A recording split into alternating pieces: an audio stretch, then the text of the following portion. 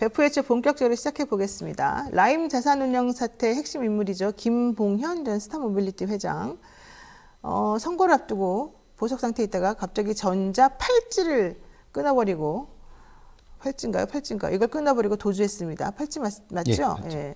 자, 지금 행방이 묘연한 상태인데 이 사람이 도망가는데 도와줬던 사람들은 구속이 된 걸로 지금 알고 있습니다. 자, 김봉현 씨 어떤 재판을 받고 있었고 어떤 상황이길래 이렇게 도망가지 갔을까요? 일단 라임 자산운용이라고 네. 하는 것을 알아야 되고 네. 김봉현이라는 사람이 한 여러 가지 짓을 알아야 됩니다. 말하자면 수원역에게 운용자금 241억, 네. 스타모빌리티의 자금 말하는 400억, 향군상조의 자금 377억.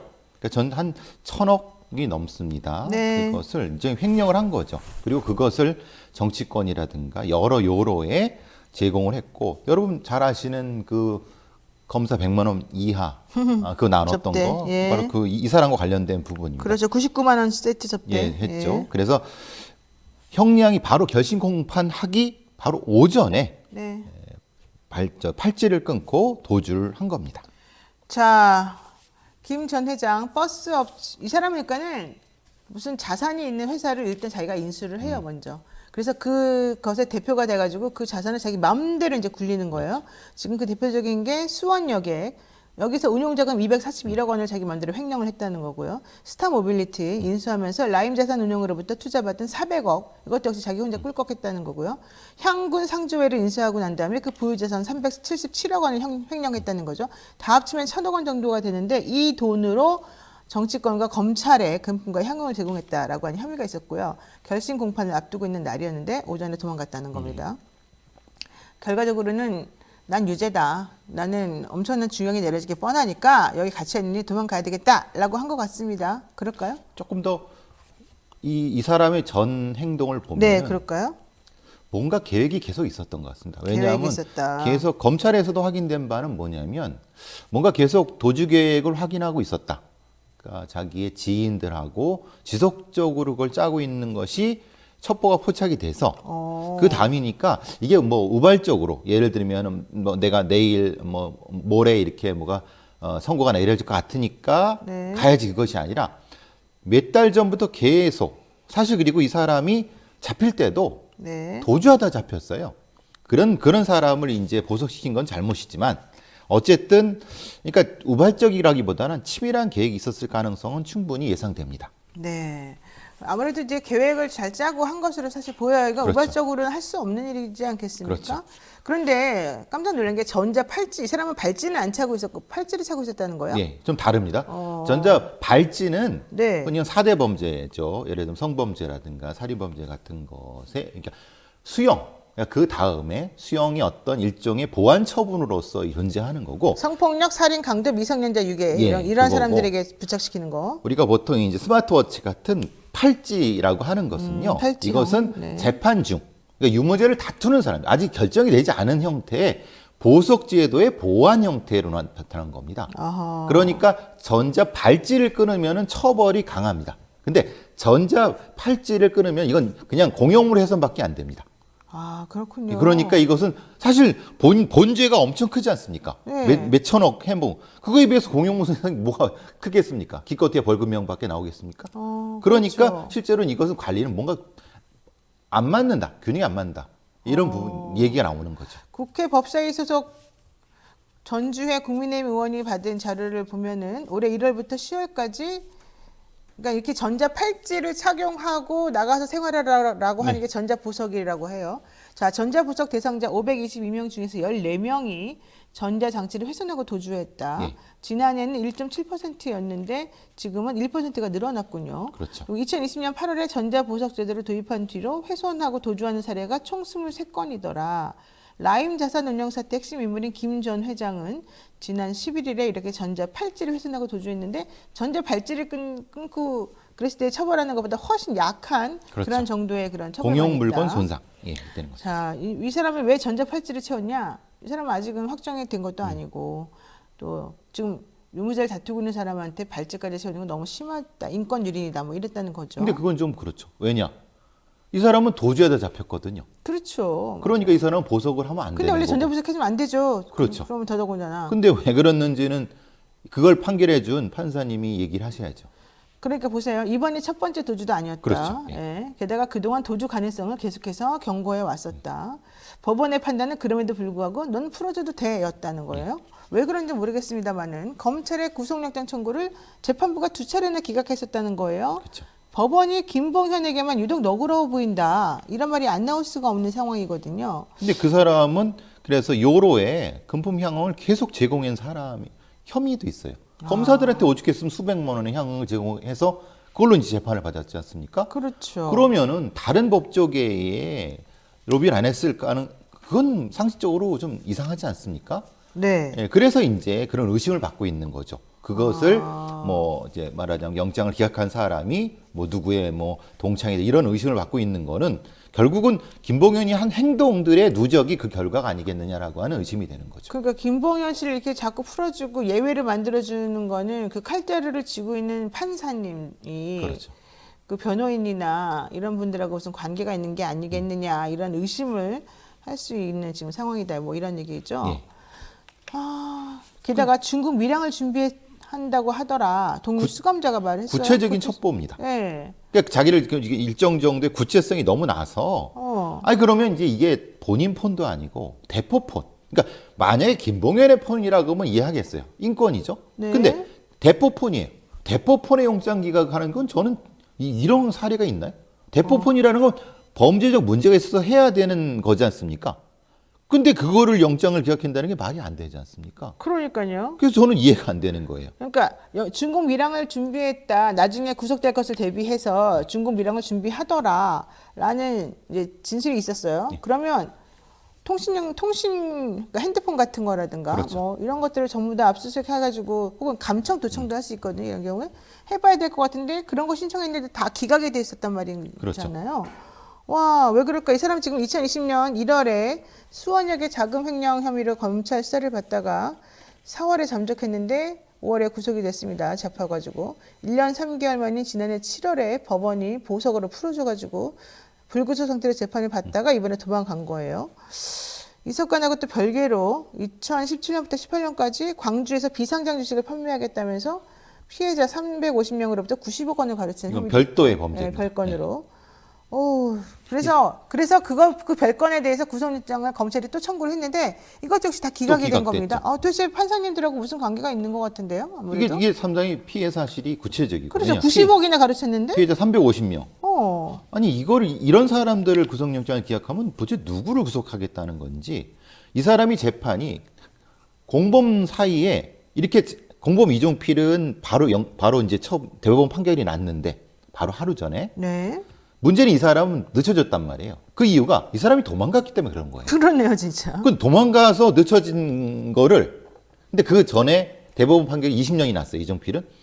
그러면 당연히 이 사람은 보석 청구를 해서 취소했을 때 받아줬어야 되는 네, 거죠. 그래야 되겠죠. 그게 합리적인데 그 전혀 그걸 안 받은 상태에서 그럼 도망가게 방조한 거 아니냐. 아까 공범한테 20년이 내려졌으면 이 사람은 그거보다 높을만 높았지 더 그렇죠. 낮을 가능성은 없는데 왜 풀어줘요? 그래서 검찰에서는 보석 취소 청구를 한 거죠. 팔아. 20년 나왔으니까 도망갈 가능성이 높다. 근데 그걸 안 받아들였다가 도망간 후에 그렇죠. 취소해버린 거죠. 서울 남부지법에서는요, 김봉현이 이미 도망간 다음에서야, 그러니까 그 이제 오후 2시 50분. 그렇죠. 이 보석 취소 청구 검찰에서 했던 걸 뒤늦게 받아줬다는데, 뭐 이미 도망가고 났는데, 소 잃고, 보석 취소해주는 그런 꼴이 돼버렸습니다. 근데 참 특이한 일이 많이 벌어지고 있습니다. 이 사건은 도대체 이해가 안 됩니다. 이게 보세요. 이게 봐주기 의혹이 제기되고 있는 이유 중에 하나가 이 김봉현 전 회장의 변호를 맡은 법무법인이 LKBN 파트너스예요. 그 중에 한 변호사가 구속영장을 기각했던 남부지법 영장전담 부장판사와 고등학교 동문이라는 겁니다. 예.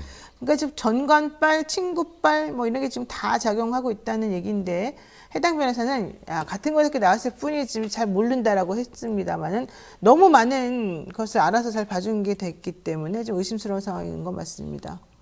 변호사님한테 여쭙는데 물어보지 마세요 저한테. 이거 동문이면 모릅니까? 알지 뭐 글쎄요. 이게 아니 그러니까 이 사람이 모른다고 한 건 아니에요. 예. 이 변호사 아는데 안돼요, 알아요. 고교 동문이기도 하고 왜냐면 자기네끼리 또 친하게 지내고 모임도 하고 그러니까 당연히 알죠. 예. 근데 이제 아는데 아주 친하진 않다. 우리처럼 친하진 않다. 이런 얘기 같아요. 아니 그럼 법정에 그 변호사가 들어오시면은 모른 척 해나요? 일단 법정에서 특별히 아는 척할 일은 없죠. 근데 그리고 알잖아요. 응, 알아도 그거 알아서 해주는 거죠. 그럼 얼굴 본인이 딱 기피해야 보여주면. 되는 거 아닌가요? 뭐 그런 것도 원래 있는데 그런 제도를 이용 안 한 거겠죠. 저한테 물어보지 마세요. 저는 정관도 아니고 아는 판사님도 별로 없어요. 그러니까 저는 해명이 안 맞는다는 거예요. 맞지 않는다는 거죠. 해명이 맞지 않는 게 아니라 해명이 아주 전형적이라고 봐야 되겠습니다. 그런가요? 네, 네. 해명은 딱 맞습니다. 전형적입니다. 고교 동문인 건 맞지만 잘 알지 못하고 내가 뭐 부탁한 거 없다. 이 말이 맞을 거예요. 알아서 해주니까. 자, 배상훈 프로파일러와 배프의 쪽 함께하고 계십니다. 도주 3일 전에 김봉현의 변호인들이 한꺼번에 사임했습니다. 이거 왜 그런 겁니까? 이런 사례들이 예전 같은 경우 드물게는 있습니다. 근데 그 뒤에 어떤 일이 벌어졌냐면 그 당사자한테 급변 사태가 발생을 합니다. 무슨 굉장히 어떤 확 바뀌거나 뭐가 바뀌어요? 예를 들면은 지금 이 경우처럼 도주를 하거나 그럼 이제 일종의 끊어내기를 한다고 의심받는 거죠. 그러니까 경찰에 수사할 때도 아니면 재판할 때 그 관련된 수사관들도 갑자기 변호인들이 일괄적으로 사임계를 냈으면 이거 이상한데 막 검사한테 이건 좀 이상합니다라고 이제 얘기를 하죠. 아니 그러면 김봉현의 변호사들, LKB 변호사들은 전부 다 도망갈 것을 알고 있었다는 얘기잖아요? 왜냐하면 보통 상의를 하지 않습니까? 지금 뭐 판결이 어떻게 나는데 다음에 어떻게 할 것인가에 대한 상의를 계속 해야 될 거 아닙니까? 만약에 근데 이 사람이 상의를 안 하고 뭔가 찜찜하다 하면 변호사들이 이걸 공모하지 않았다 하더라도 좀 이상하다라고 하면은 일괄적으로 낼 수도 있는 거죠. 그래서 그런 의심을 한다는 겁니다.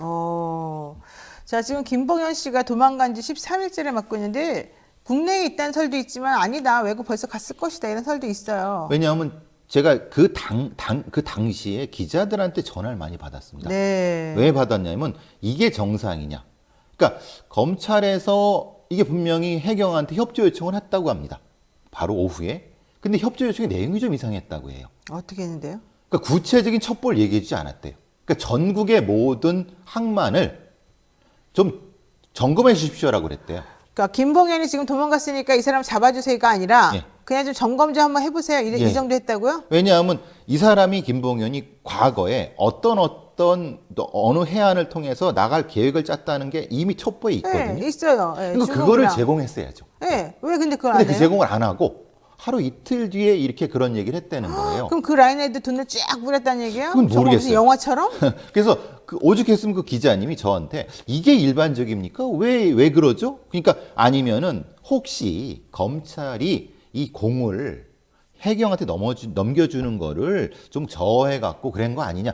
뭐 어떤 가능성이 있을까 하고 저한테 물어보더라고요. 그래서 아니 지금 빨리 잡아야 된다고 하면 첩보를 공유해야지. 네. 그래서 이제 그 뒤에 나온 얘기가 이런 거예요. 아니 밀항했을 가능성 없다. 루트 확인했다라고 하는데 이미 이 사람이 알고 있는 루트로 갔겠습니까? 왜냐하면 몇 달 전부터 준비했을 가능성이 충분히 첩보로 확인되는데 그거는 검찰도 알고 있는데 그래요. 그래서 좀 이상하다는 얘기를 계속 해왔어요. 자, 언론에 나온 내용을 보면 치밀하게 도주 계획을 세운 것으로 지금 보이는데 조카랑 유심칩을 바꾸고 핸드폰을 바꾼 거죠. 네, 예. 블랙박스 메모리 카드도 빼뒀고 그건 조카의 차. 예. 네. 위치 추적 장소를 팔당되기 위해서 끊었어요. 예. 뭐 자기 지금 팔당되기 밑에 떨어졌다 뭐 이거를 첫 우리들한테 번째 암시하는 극단 거예요? 선택 암시. 그 다음에 위치 헷갈리게. 왜냐하면 이게 동해로 밀항인지 군산인지 목표인 딱 거의 중간 지점이죠. 어허. 그래서 사실은 이게 헷갈렸다는 그러니까 거죠. 동산에 혼란을 주기 것이다. 그랬을 수 있다는 거죠. 그리고 사실은 만약에 말한 것처럼 변호사들도 미리 딱 사임해버리고 판사도 뭐 안 될 걸 그냥 딱 미리 보석을 풀어주고 그다음에 중국 밀항하겠다고 공공연하게 말하고 돌아다니고 그다음에 아까 말한 것처럼 그런 해안가나 뭐 이런 쪽에 말을 해놨는데도 그냥 점검만 잠깐 해라 이렇게 형식적으로 그냥 한마디 해놓고 이러면 온 대한민국이 전부 다 이 사람의 도주를 도운 거가 되잖아요. 예. 그래서 저는 전혀 다른 루트, 그냥 요요히 한강 쪽으로 나갔을 가능성이 높다. 아니 그러면은 이런 사람은 그것도 안 해나요? 저기 뭐 출국 금지? 왜냐하면 보석하고 그건 연동이 안 된다고 합니다. 아니 연동이 되든 안 되든 이 사람은 도망갔다가 잡혀 들어온 사람이잖아요. 그러면 근데 저도 검찰이 알아서 그게 이상하다는 출국 금지 시켜놨어야지 미리. 그러니까 출금지 안 된 거죠. 그러니까 아니 그래서 돈이 없는 사람도 아니고 돈이 있기 때문에 그 돈 가지고 얼마든지 외국 나가서 숨어버리면 못 찾을 텐데. 그 전에 잡힐 때 예. 그 유명한 일화가 있었습니다. 뭐요? 그 군대 팩 3개에 네. 60억이 들어간다고 합니다. 그 3팩을 지고 가다가 허리가 삐끗해서 어머나. 허리가 삐끗해서 잡혔다고 합니다. 웬일이요? 그러니까 김봉현이라는 사람이 그래서 60억을 들고 다니는 예, 사람이네요. 들고 가다가 그럼 여차하면은 야 너 30억 가져, 너 20억 가져 이러고서 자기를 좀 봐줘 이럴 수도 있겠네요. 그래서 배에 하나는 선장 갖고 나머지 이렇게 용도로 쓰려고 했던 거 아닌가라는 그러니까 그래서 아니 그런 사람인 걸 알면은 왜 이런 식으로 관리했냐 이 말이에요. 그러니까요.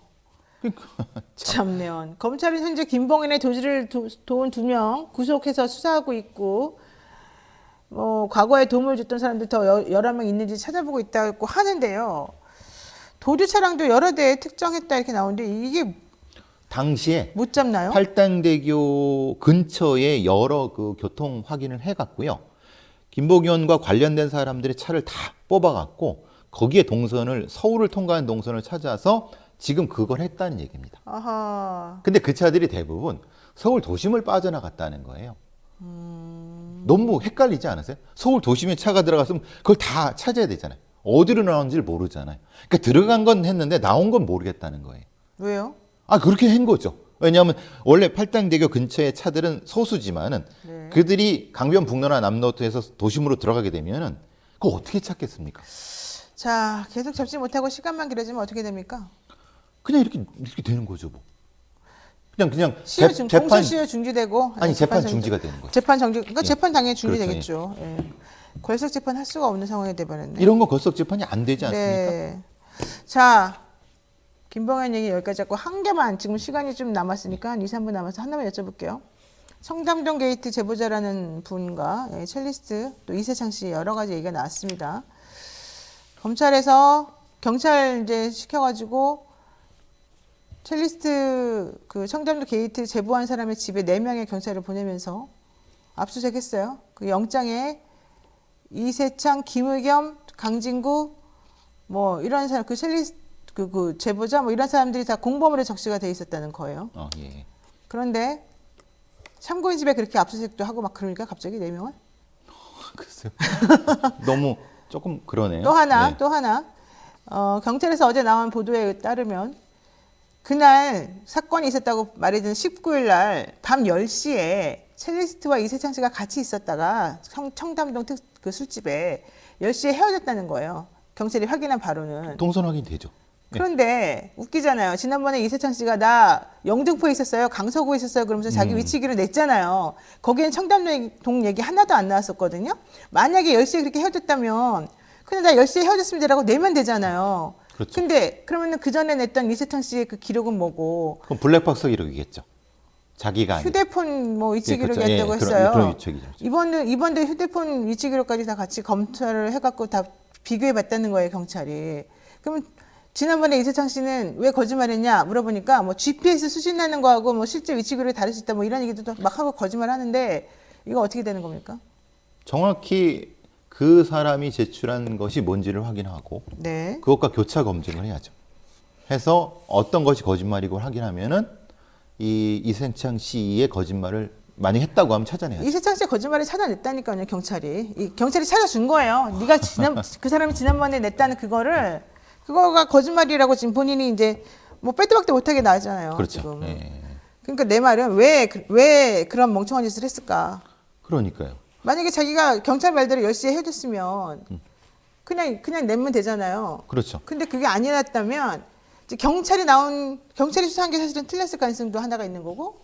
그렇죠. 이 사람은 그렇게 가능성은 적고요. 그건 적어요. 예, 왜냐하면 이세창이라고 하는 분이 말하자면 뭔가 다른 어떤 뭐 여건이 생겨서 그것을 그렇게 제출했을 가능성이 훨씬 크죠. 자, 어쨌든 제가 하고 싶은 말은 이겁니다. 이 소위 청담동 게이트와 관련된 이 사건의 진실이 무엇인지 우리는 모르겠다. 지금 이 사건과 관련된 사람들 전부 다 이상하다. 그 얘기를 난 솔직히 하고 싶어요. 어떻게 보세요? 저도 이상합니다. 프로파일러로서. 네, 저 이상합니다. 그쵸? 왜냐하면 예. 보통 처음에 관련된 건 다 제출을 하고 예. 그리고 그런 제출을 할 때는 사실 여러 사람한테 자문을 얻죠. 이게 그렇죠. 참 유리하나 불리하냐. 네. 근데 그 상황이 나중에 바뀌었다는 얘기지 않습니까? 네. 그러니까 그건 좀 고민을 해봐야겠죠. 그러니까 우리 나중에 한번 이 얘기를 네. 우리 프로파일러님하고 한번 배페 촉 시간에 다뤄보도록 하겠습니다. 누가 말하는 게 거짓인지 진실인지 모르니까. 자, 여기까지 하겠습니다. 오늘 말씀 고맙습니다. 감사합니다.